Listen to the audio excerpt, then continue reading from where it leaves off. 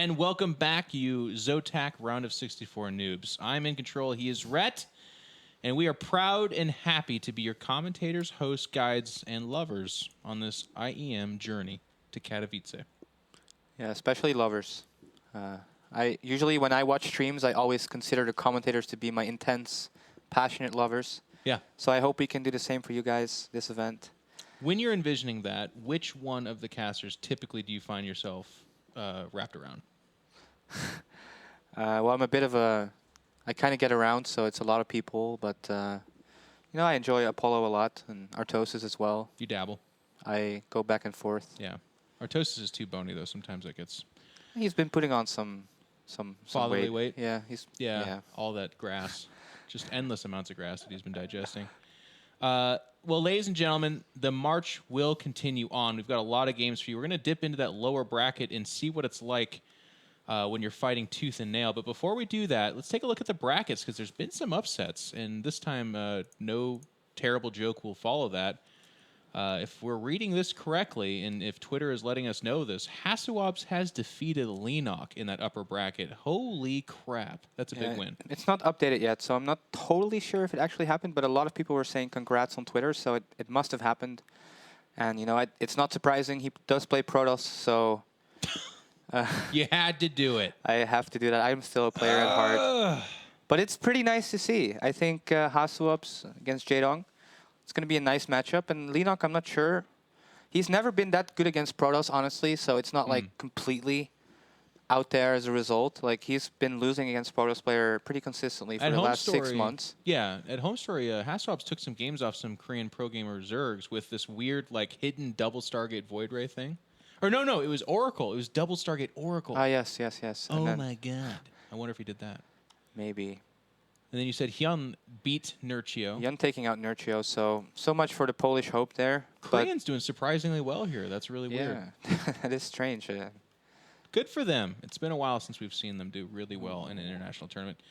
It has been brought to my attention. They have started the game, so there's our pretty faces.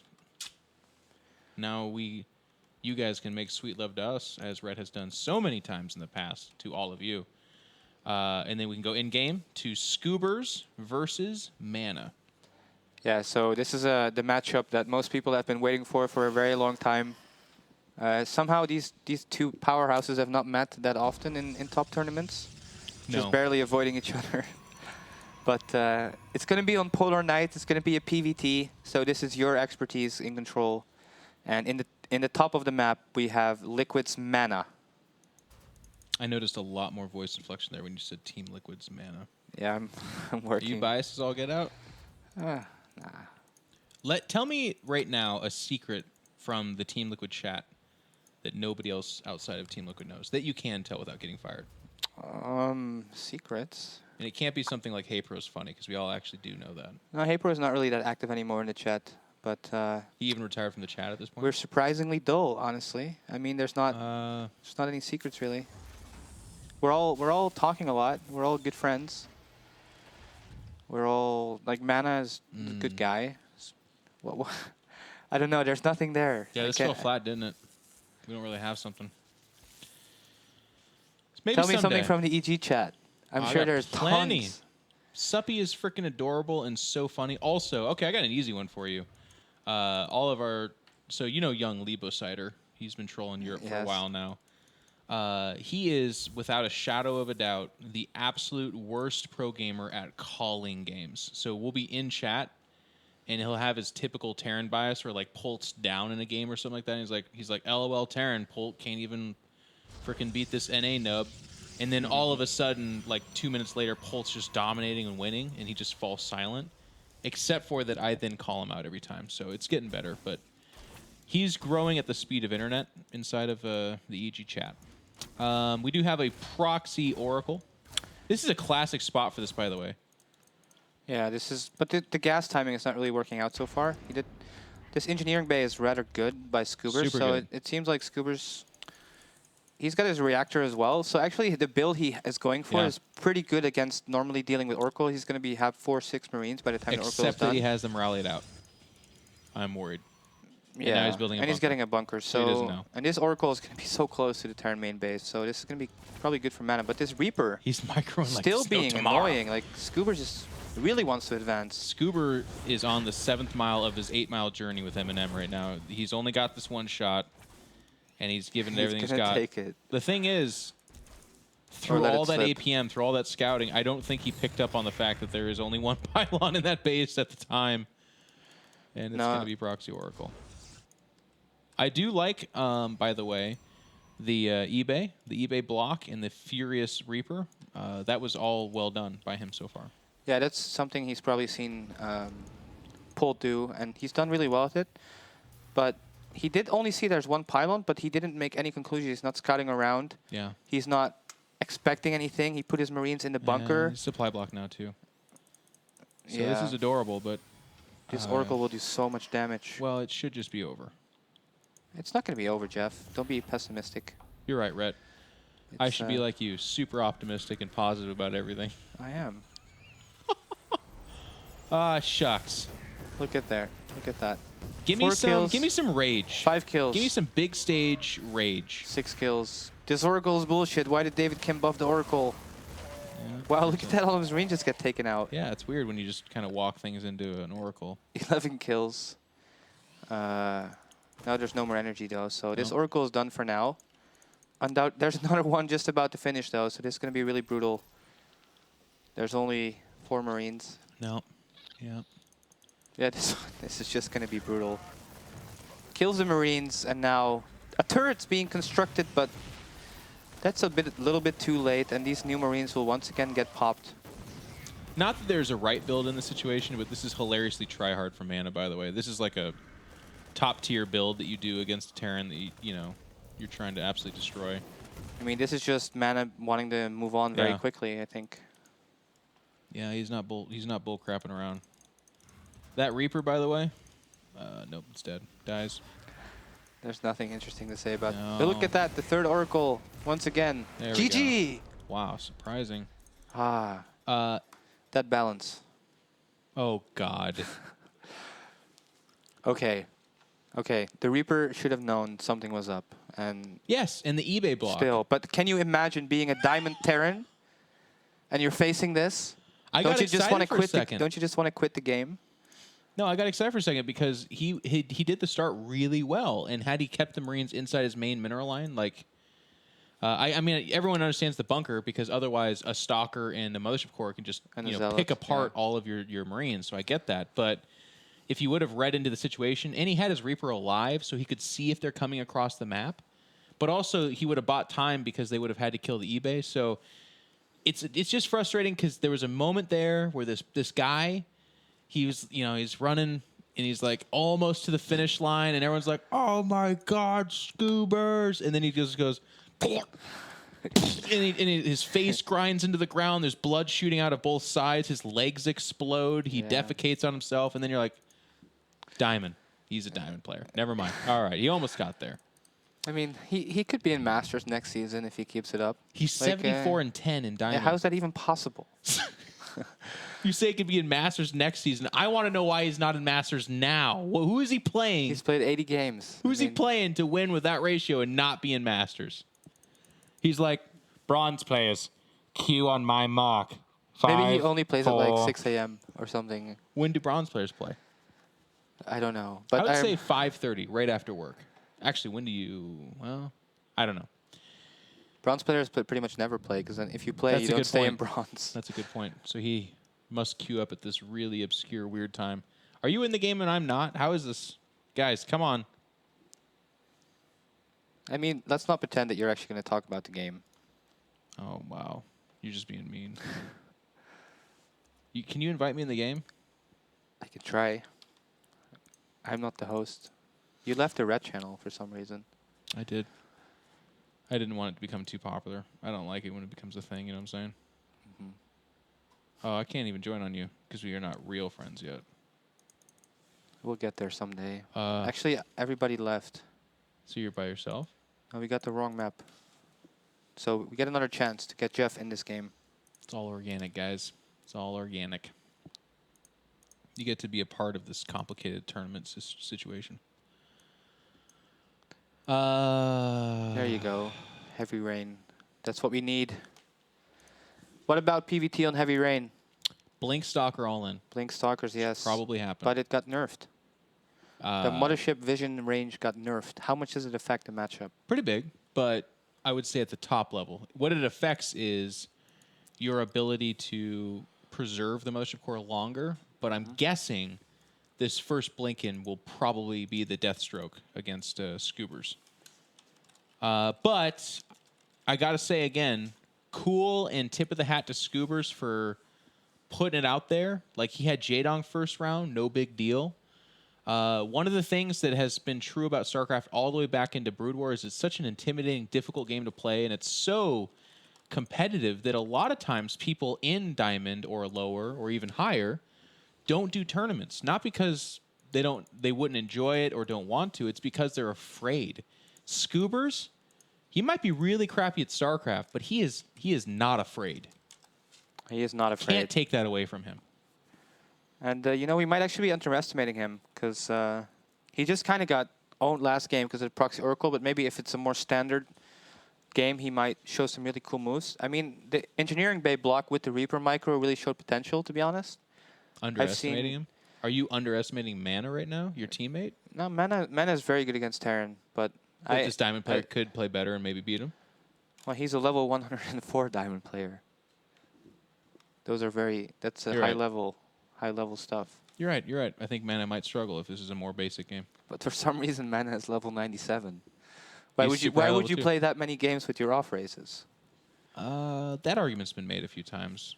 To become a caster. Them. Yeah. But what else? Casting.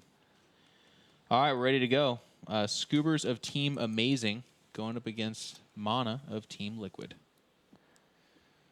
Yeah. So 1-0 for MaNa. The winner of this will have to play against Euthermal. So it's going to be another Terran if MaNa wins. Good warm-up for him. I think it would be good for him to go Blink here and practice his micro and really get warm just for that next match. I think so. Get warm. I like that. We're getting warm in the studio here. It is hot in here. It is getting hot in here with all these lights on it. There is. All right, let's introduce these players here. Top left-hand side, the red Protoss from Team Liquid, currently leading 1-0 over the fan favorite Scoobers. It is Liquid MaNa. And his opponent, hailing from God knows where, playing for the team that nobody knows, coming out of complete obscurity, but letting it all hang out like a true warrior. It is the Terran player, Scoobers. And he's got cheddar on the mind. He's got something going on. He's sending out that SCV so early, he's going to make a depot in his main base. Yeah, that's standard. This has got to be double racks. I love it. I love this. 11-11? Yeah. Yeah, actually, you're right. This is going to be some heavy, heavy cheese. Imagine that. And this could actually catch MaNa off guard. Like, it doesn't matter how good you are or whatever. If you go for a build that does not beat this, you're going to lose the game.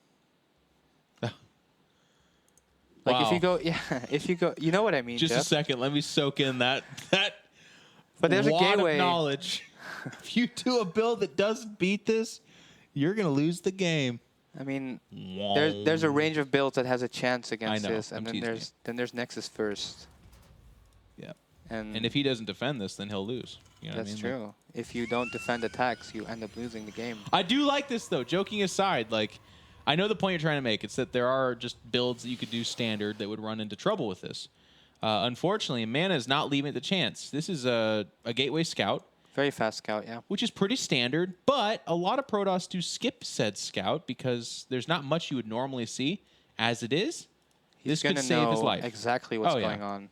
He knows right now. What's the perfect response now? Get a Zealot or get a Stalker? No, Cybernetic Core first, then Zealot, but just stay on the one gas. Okay, and then you get a Stalker, you get a Mothership Core, then you micro your heart out, and then you defend. And you probably skip Warp Gate upgrade even. No need for it. It'll even be kind of hard to get the Stalker. It's actually 3 barracks. This is a very special that's kind of weird. I don't know about 3 barracks. Yeah. I don't know about any of it, but So That maybe makes it he'll even wait for weirder. like 10 Marines or something and then go. Because normally you go with the first Marine, you start making a bunker and stuff like this. But Scoobers actually opting for the 3 barracks. More production. So a little bit later, but a bigger attack. Yeah, fastest mothership core you can do. 2 zealots, and they're going to just be parked at the top of the ramp saying, come at me, bro. If you want to come up that ramp, you're going to have to get face down by 2 zealots. And then there'll be a stalker immediately behind this. So MaNa is doing, you know, it's like he's done this before, if you can imagine that. But it's going to be actually a lot of Marines. It's already 5. It's going to be 8. Yeah. It's funny because all of a sudden, well, I don't think he's, I think you need to wait for a few more. I don't know. I'm not going to pretend that I know the exact numbers here, but with that many Marines, the 2 zealots could almost be a detriment, actually. Yeah, this is actually a little bit scary because there's no Nexus Cannon yet. He needs a Stalker, and he's going to need to pull some probes to deal with this. But if he does pull a couple of probes, yeah, he pulls all of them. So he might actually get them stuck. Yeah, he gets a couple. This is pretty nice for MaNa. This is not good for MaNa. Well, he's losing a lot of probes, actually. Yeah, he lost a lot of probes, and he wasn't mining that whole time. What he's doing is he's buying time for the photon overcharge, like you were saying. And he's coming up on it. He also has a second stalker about to poke out. But he needs to be careful about not losing too many probes. But now he might get the Marines this time on the ramp. Yeah, but I don't know that that's the best thing. Look how many probes he loses every time. You could lose the motion core. Oh no, it's gotten. Okay, never mind. It's gonna be fine. Gets the photon overcharge. Now, what's important to note here, Rhett, is that he didn't pull SCVs. He hasn't turned his command center into an orbital, and I think that's probably a mistake. That's probably something you should have done. He's super dead. Don't get me wrong, but it was interesting there for like about 5 seconds. Yeah, MaNa doesn't really have any gas. He's going for a second gateway, but he's getting another stalker, so he can dance all day. As soon as this photon overcharge is off, then Scoobers will go again, and it might be a little bit scary. Yeah. Yeah, he only has the 1 zealot, I guess. Oh, yeah, that's a lot of Marines. And it's 3 at a time. It's going to be... He's producing way more army units than MaNa is of just 1 gateway. Yeah, of course. And now Scoobers actually runs up. He's gonna have to micro these stalkers like crazy. He's got enough. He's fine. The 2 in the front are very healthy. Yeah. Might lose the motion core, but it already. I mean, it's. I don't even think he'll lose that, but maybe. Good pullback there. He's not doing any damage. He's like hitting the gateway right now. I'm not quite sure what you're trying to accomplish there. Loses another stalker, but he still has 3 left. And now he's got warp gate, so this attack is pretty much over, and it leaves Scoobers with 10 SCVs and MaNa with 19 probes. No orbital command. A pylon about to be made in Scoobers' main base. So you know what though? I like that he tried this. Again, the 3 gate or the 3 bunker or barrack, excuse me, variant was a little bit weird. GG. But it's cool. It's cool. This was his best chance to beat MaNa by a long shot, I feel. And for a second there, it was kind of scary. So Scoobers, tip of the hat to you, man. I'm not joking. You were very brave, and I like that you laid it out like that, and I hope it inspired some people. But MaNa took the very predictable, very convincing win. Both MaNa did a good job, you know, not getting surprised. Decent micro, very good job of him to scout that early. Because a lot of people would play against someone like Scoobers and still play their normal builds. But MaNa's like, no, I'm just going to scout this guy. And he didn't get surprised. And Scoobers not much of a chance in that game. But it was nice of him to, you know, participate in this tournament. And get play on the stream, which not a lot of people get to do. No, that's a really good point, too, actually. It's... and then in return, just got made fun of by 2 assholes. One asshole and me. But again, like I said, I think the prevailing thought should be that's cool. That was cool that he tried that, and people got behind him, and he got some attention, and hopefully it was an overly positive situation for him. But that is that. We are done with that. Now it is just the hardcore pros that are trying to fight for a $100,000 winner-take-all tournament, which there is no humor there. That is life-changing money. I think we're going to take a quick commercial break. When we come back, we'll have that next match set up for you guys. We're going to do another loser bracket round, I believe, before we hop back up and see some Koreans and Haswabs do battle in that winner bracket. So don't go anywhere. We'll see you guys in just a couple minutes.